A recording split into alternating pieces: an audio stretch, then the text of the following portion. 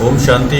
नमस्ते साथियों, एक बहुत ही अच्छा मोमेंट है जहाँ पर मैं आया हूँ। आप सब की जानकारी में शायद नहीं होगा, लेकिन आज एक नई जानकारी, एक नई बात आप सबके सामने मैं शेयर करने जा रहा हूँ। भारत में जहाँ पर एक तरफ बेटियों के लिए यूँ कहा जाता है कि बहुत कुछ सुविधाएं उन्हें नहीं दी जाती, या फिर उनके लिए बहुत कुछ अच्छा करने की बात जहाँ सोची नहीं जाती है, ऐसे माहौल में एक ऐसी जगह में जहाँ पर बैठा हूँ जहाँ बेटियों की पढ़ाई लिखाई के लिए बहुत कुछ प्रयास किया जा रहा है। उनकी सुरक्षा का भी पूरा ध्यान रखा गया है, पढ़ाई लिखाई भी पूरा ध्यान रखा गया है। एक संस्था है जहाँ पर मैं बैठा हूँ। आप जब अभी इन लोगों का टैलेंट देखेंगे तो आपके मन में इन सब के प्रति बहुत प्यार जागृत होगा, और वो प्यार जागृत इसलिए भी होगा क्योंकि आप सबके अंदर आत्मा है, और आत्मा में वो सच्चाई, प्यार, शक्ति, स्नेह सब भरा हुआ है। एक अंदर में यूं कह सकते हैं कि एक अपनापन सा फील होता है। इन बेटियों के लिए कुछ करने का जज्बा आपके मन में जागेगा। आखिर ये संस्था है क्या, क्या करती है और किस तरह का यहाँ का एक्टिविटीज़ है, वो जानेंगे। उसके बाद इन बच्चों का टैलेंट भी आप देखेंगे। मैडम, सबसे पहले तो आपका बहुत बहुत स्वागत करते हैं कि बहुत ही अच्छा काम आप लोग कर रहे हैं। ये संस्था के बारे में या जो भी नाम है और एक्टिविटीज़ क्या है उसके बारे में बताएं। ये जो हमारी संस्था है, इस संस्था का नाम दूसरा दशक परियोजना है। ये टाटा ट्रस्ट के थ्रू चलती है। इसमें हम दक्षिणी पश्चिमी राजस्थान के अंदर कुछ 9 ज़िले हैं, उन 9 ज़िलों में हमारी संस्था काम कर रही है। तो उसके अंदर ये सिरोही ज़िले का आबूरोड ब्लॉक भी है, और आबूरोड ब्लॉक के अंदर हमने अभी 20 गाँवों का सर्वे किया है, डोर टू डोर जाकर। मतलब हर घर को हमने, एक गली को, एक गांव को, एक घर को चुन कर वहाँ पर सर्वे कर ये जो इस शिक्षा से वंचित जो बच्चियाँ हैं, उन बच्चियों को हमने सर्वे के दौरान चुनकर और फिर यहाँ पर हम पढ़ाने के लिए इनको लेकर आए हैं। जब आप सर्वे करने जाते हैं तो क्या किस तरह आप उनको कन्विंस करते हैं? जो माँ बाप हैं उन लोगों ने गरीब ही होंगे मोस्टली, तो है ना, तो पढ़ाई लिखाई नहीं करा पाते हैं, कन्विंस हो जाते हैं इजीली या फिर बहुत समझाना पड़ता है? नहीं सर, इसमें बहुत मुसीबतें आती हैं, हमको बहुत चुनौतियों का सामना करना पड़ता है। सबसे पहले तो ये ऐसे दूर दराज जगहों पे रहते हैं जहाँ हमको चल के जाने में बहुत समस्या होती है। फिर जब हम उनके घर तक पहुँचते हैं, उनके परिवार तक पहुँचते हैं, तब हम जब उनसे बात करते हैं तो शुरू में तो पहले वो यही कहते हैं कि मतलब हमारी या तो स्कूल बहुत दूर है, या फिर हमारे घर में बहुत काम है, हमारे घर में बकरियाँ, उनको चराने जाना पड़ता है, हमारे घर में छोटे बच्चे हैं, हम माँ बाप तो काम पे जाते हैं, फिर हमारे घर पे ये बच्चों की देखभाल कौन करे। उनकी खुद की भी समस्या है, हमको गिनवाते हैं। फिर हमको कन्विंस करने के लिए उन्हें बताना पड़ता है कि आज के दौर में शिक्षा का क्या महत्व है। अभी अगर हम शिक्षित नहीं हुए तो आगे चलकर जो आने वाला समय है उसमें बहुत सारी मुसीबतों का सामना करना पड़ेगा। इस तरह से हम उनको मतलब पूरी बातें बताकर उनको कन्विंस करने की कोशिश करते हैं। बहुत अच्छा। तो ये संस्था जो है कितने साल से संचालित? ये संस्था लगभग 2001 से संचालित। अभी तक ये कितने बच्चे होते हैं जब एक साथ पढ़ाई?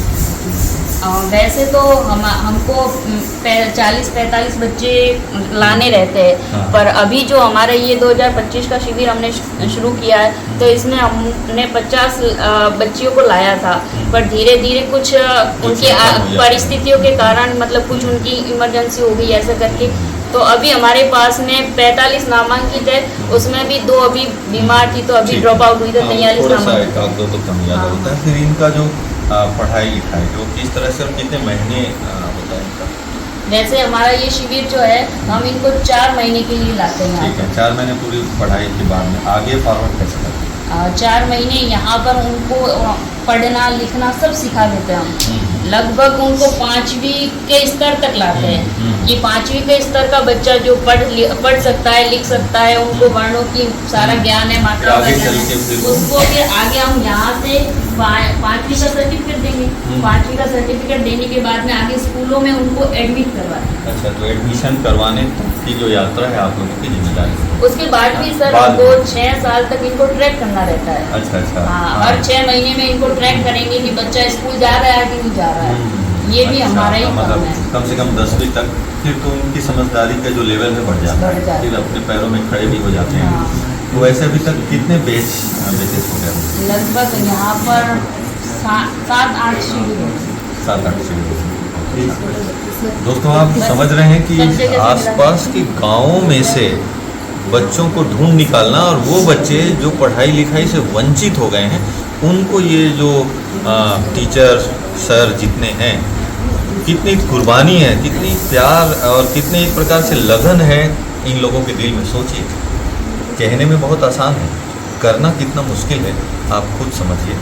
लेकिन जब जज्बा हो, कुछ अच्छा करना है देश के लिए, जब मन में ख्याल आता है, तो कोई भी रास्ता कठिन कितना हो तो भी रास्ता मिल ही जाता है। जिसका मिसाल, क्या नाम आपका मैडम? मेरा नाम निक्कू बहन है। नीको है, और ये सब आपके साथ में हाँ, हैं? स्टाफ है। क्या नाम आपका? नूली कुमारी। लोली कुमारी। आपका? मेरा नाम नीलम आबू। नीलम आबू से। दादाजी का जरा परिचय बताएंगे। मैं जयंती भाई पटेल। जयंती भाई पटेल जी हैं, और इधर सर हैं, सर बताएं। रमेश कुमार। रमेश कुमार जी। आप? मेरा नाम संजय कुमार। संजय कुमार जी। तो देखिए, ये सब के मन में जज्बा है, ये केवल टीचर नहीं है, असली टीचर कह सकते हैं। टीचर तो एक नॉर्मल है जो पढ़ा दिया लिखा दिया, अच्छी व्यवस्था मिल गई है, सैलरी मिलती है और वो पढ़ा के अपने कारोबार में चले जाते हैं, घर परिवार संभालते हैं। लेकिन ये घर परिवार संभालते हुए भी नॉर्मल सैलरी होगी, इनकी बहुत ऊंची लेवल पे नहीं होगी, मुझे मालूम है, हालांकि मैंने पूछा नहीं है, लेकिन नहीं होगी, मुझे पता है। ये सबसे बड़ी सैलरी है इनके अंदर की, जो लगन है, बच्चों को सुधारना है, पढ़ाना है, देश के लिए कुछ अच्छा करें, ये जज्बा इनकी सबसे बड़ी सैलरी है। एक बहुत बड़ी एग्जाम्पल है। आइए अब आपको इस संस्था के जो बच्चे हैं इसमें उनके टैलेंट देखिए।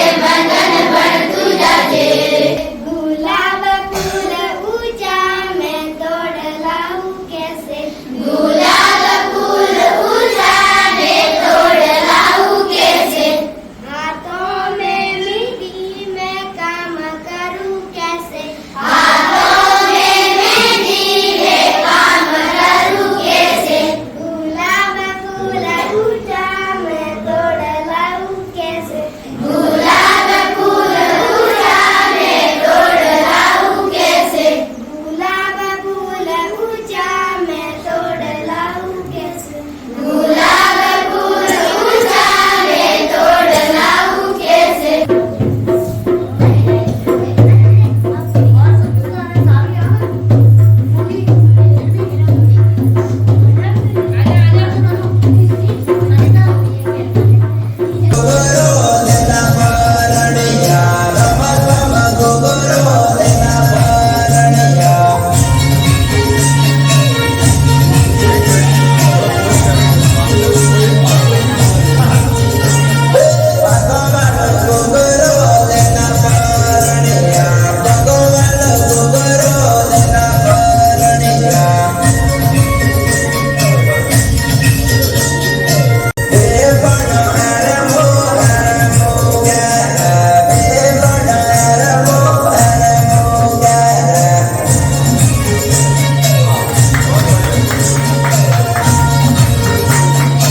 तो देखा साथियों आप सभी ने बच्चों के अंदर टैलेंट, ये इनके अंदर जो जज्बा है वो कमाल का है। और जब जज्बा हो बचपन में हो तो सफलता न मिले ऐसा हो नहीं सकता। आगे चल के देश के लिए बहुत बड़ा नाम है ये बच्चियाँ। और रमेश भाई जी जो मुझे लेके आए हैं, सबसे पहले तो मैं उनसे आपको ब्रह्मा कुमारी का बहुत बड़ा योगदान है, जिसमें ये रमेश भाई एक ऐसे व्यक्तित्व हैं जो बच्चों के लिए ही नहीं युवाओं के लिए भी और भी अलग अलग कई वर्ग के जुड़े हुए लोगों के साथ इनका बहुत बड़ा नाता है, बहुत सेवा करते हैं। तो मैं यहाँ के बारे में रमेश भाई थोड़ा सा मुझे बताएं कि आपका जो आना जाना काफ़ी जगह पे होता है, एक्टिविटीज़, ये संस्था, और मैं देख रहा हूँ सामने कैमरामैन को देखो बैग भी दिखाइए। बिल्कुल बिल्कुल तो बैग दिखाइए, बैग भी आपने वितरित करवाया है। तो इस तरह का एक्टिविटीज़ और भी बहुत बड़ा आपका। तो रमेश भाई आपके मन में ये ख्याल कैसे और कहाँ से ढूंढ निकालते हैं इस तरह का सेवा? जी मन में कैसे ख्याल आता है? बहुत बहुत धन्यवाद भानु भाई, बहुत ही अच्छी बात आपने यहाँ पर हमारे साथ आए और हमें भी अच्छा लग रहा है। रेडियो मधुबन कम्युनिटी सर्विस में आता है, तो अपना जो रेडियो है उसको लाइसेंस दिया है कम्युनिटी के वजह से। तो कम्युनिटी सर्विस करने के लिए हम लोग यहाँ के लोकल टैलेंट को खोज निकालने के लिए गांव-गांव में जाते हैं, टीचर से पूछते हैं, टीचर फिर किसी बच्चों का नाम बताते हैं, उनके साथ बातचीत करते हैं, उनके गाने रिकॉर्ड करते हैं, उनके लोकल यहाँ का जो भाषा है उस भाषा में जो गीत गाते हैं बच्चे उनको रिकॉर्ड करते हैं। तो हमें जगह जगह जाना पड़ता है ताकि हम बच्चों का टैलेंट है।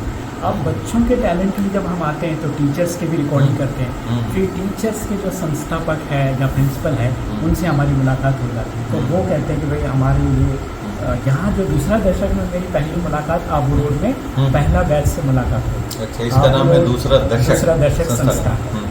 तो ये दूसरा दशक का मेन मकसद है कि अच्छा, ये बताओ ये दूसरा दशक नाम, इसके पीछे भी कोई कहानी है? हाँ, तो बताएं क्या कारण है, थोड़ा पास में आके बताएं। ये दूसरा दशक शब्द का क्या मतलब? दूसरा दशक शब्द का मतलब ये है सर, दूसरा दशक एक तो 0 से लगा करके 10 तक का एक दशक होता है, 10। और दूसरा दशक का मतलब है कि 11 से 20 वर्ष आयु वर्ग की किशोर किशोरियाँ उनको शिक्षा की मुख्य तरह से जोड़ने का काम। अच्छा, अभी समझ में आया। ये है दूसरा दशक, मतलब एक तो 1 साल से 10 साल तक की जो बच्चियां हैं उनको पढ़ाना, और दूसरा दशक मतलब 11 साल से 20 साल, है ना? ये है तो ये दूसरा दशक संस्था नाम है। वाह, समझ में आया। तो दो मतलब 20 साल के बच्चों को एक मोटिवेशन, मतलब कई बार गांव में जो है खेती बाड़ी का काम होता है, गाय भैंस बकरी चराने का काम होता है, तो वो लोग नहीं चाहते कि बच्चे कहीं दूर जाए, अपने घर में रहकर अपना बिजनेस करे, अपना गाय ये जो बच्चों को संभाले या इनको चराने ले जाए, तो इसीलिए उनको भेजते कम हैं। अगर कोई टीचर लेके गया, उनको जबरदस्ती ये एडमिशन करा लिया, तो 1 आध साल वो रेगुलर हो जाते, दूसरे साल फिर छोड़ देते। तो रमेश भाई मुझे छोड़ देते हैं। एक ख्याल आ रहा है, देखो अभी हम दोनों बातचीत कर रहे हैं और बच्चे इतने अनुशासित हैं, ये आराम से सबसे बड़ी। बैठे हैं। अगर यही जो नॉर्मल स्कूल में पढ़ने वाले तो वो बच्चे नहीं हो होता। तो वो कितना शोर शराबा होता।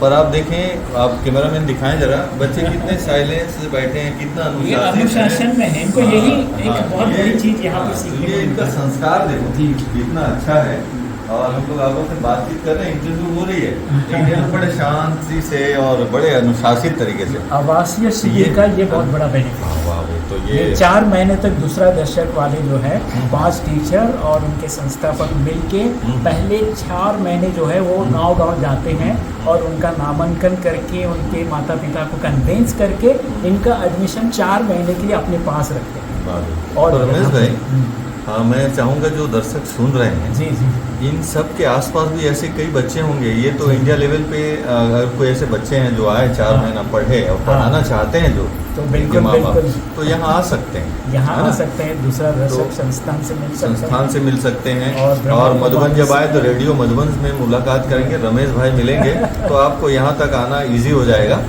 और ये जो टैलेंट है बच्चों का, वो शिक्षा के क्षेत्र में आगे बढ़ेंगे तो देश का भी नाम रोशन होगा। और सरकार जो काम नहीं कर सकती वो काम जब इन संस्थाओं के माध्यम से- संस्थाओं के माध्यम से भी हो सकती है। भानु भाई, तो- जैसे आपने बहुत अच्छा जिक्र किया कि अभी हम लोग जो पहले स्कूल गए थे तो रेगुलर गवर्नमेंट का राजकीय स्कूल है, वहाँ पर हम लोग गए, वहाँ पर सिर्फ 6 घंटे के लिए बच्चे रहते हैं, अलग अलग सब्जेक्ट पढ़ाने के लिए टीचर्स होते हैं। फिर भी हमने देखा कि बच्चों को थोड़ा सा अगर साइलेंस हो जाता है तो बच्चों की शोर बहुत ज़्यादा हो जाती है और वो टहलने लग जाते हैं। लेकिन वही चीज़ यहाँ आवासीय शिविर में देखिए, 4 टीचर 5 टीचर जो है लगातार इनके साथ रहते हैं।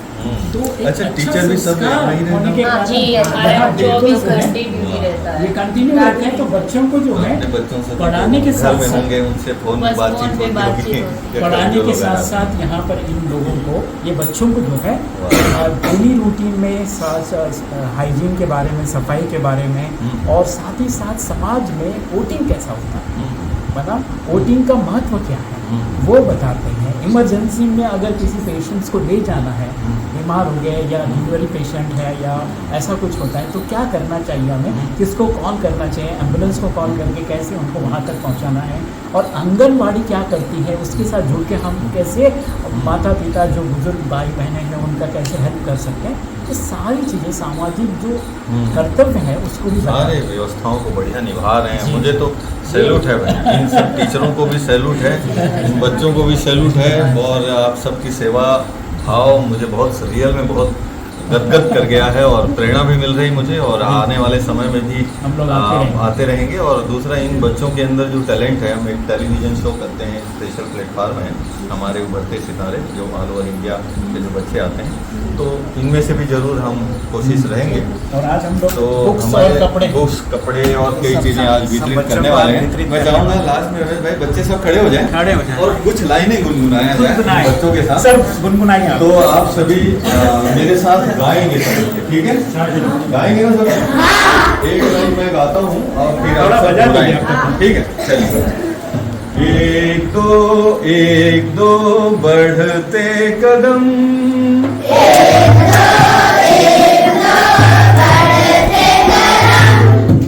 भारत माँ के बच्चे हम,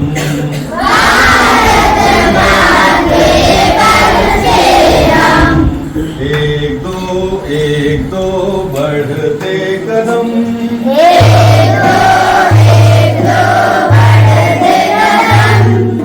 भारत माँ के बच्चे हम,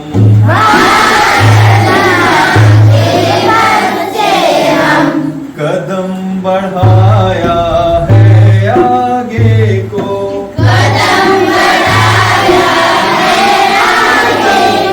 घर घर खुशहाली लाने को,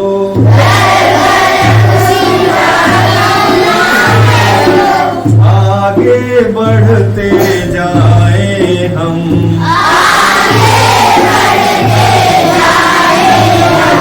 खेले कूदे हंसे गाए बढ़े आगे आगे,